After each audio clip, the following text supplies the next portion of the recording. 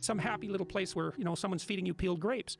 That isn't what it is. It's more like victory on the honorable battlefield or something like that. Yeah, the perception that people have of ultimate success and ultimate happiness is, it seems motivated by what they don't have, rather than an understanding of what success and happiness really is.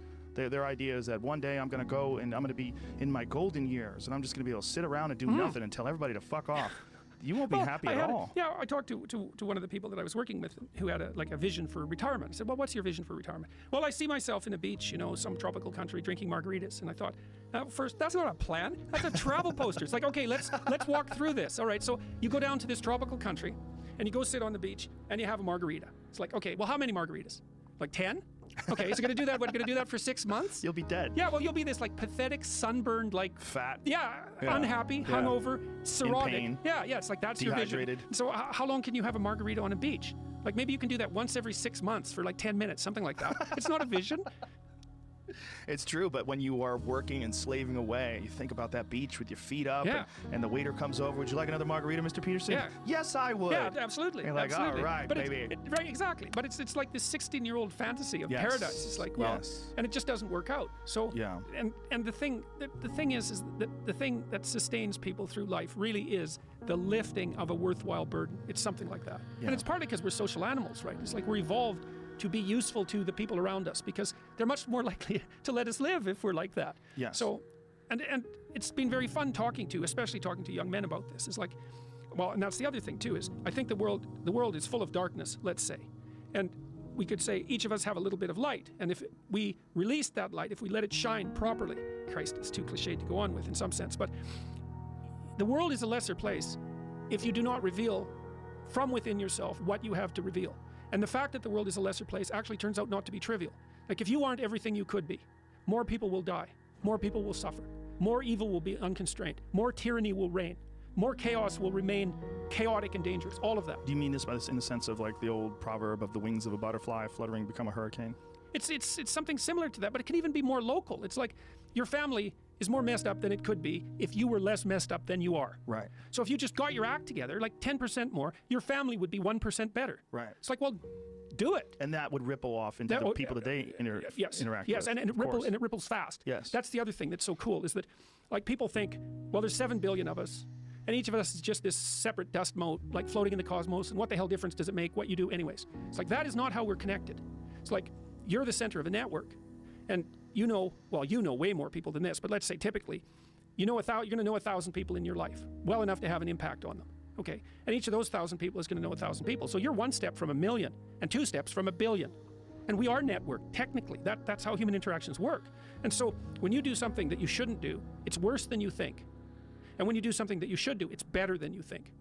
And so you think, well, this is why I've been telling people, well, clean up your room. It's like, well, your room is actually networked too. It's not that easy to clean up your room, to set it.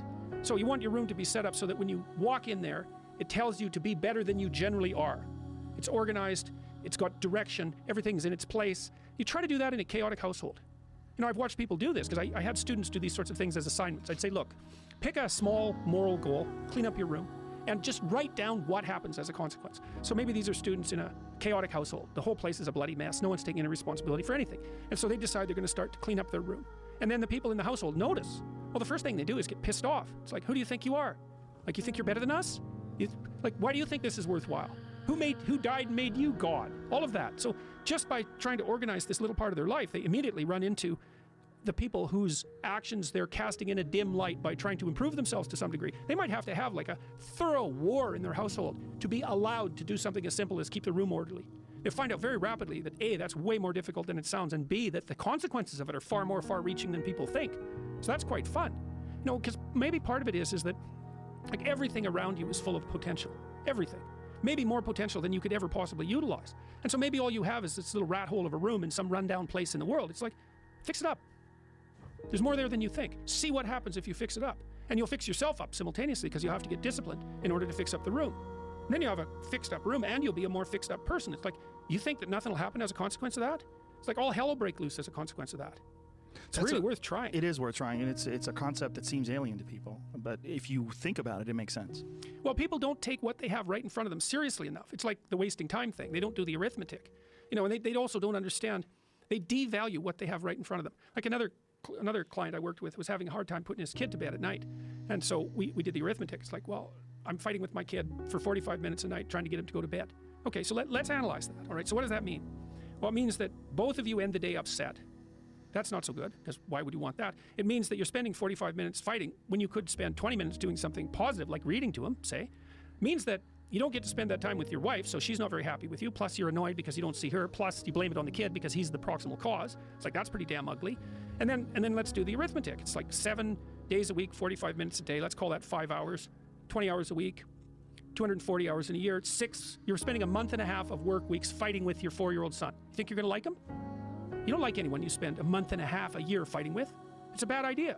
Fix it. It's important. Get him to bed. Make it peaceful. You do it like these things that repeat every single day. That's a motif in this book too.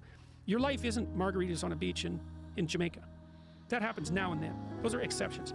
Your life is how your wife greets you at the door when you come home every day. Because that's like 10 minutes a day. Your life is how you treat each other over the breakfast table. Because that's an hour and a half or an hour every single day. You get those mundane things right, those things you do every day. You concentrate on them and you make them pristine. It's like you got 80% of your life put together. These little things that are right in front of us, they're not little. That's the first thing. They are not little, and they're hard to set right. And if you set them right, it has a rippling effect, and fast too, way faster than people think.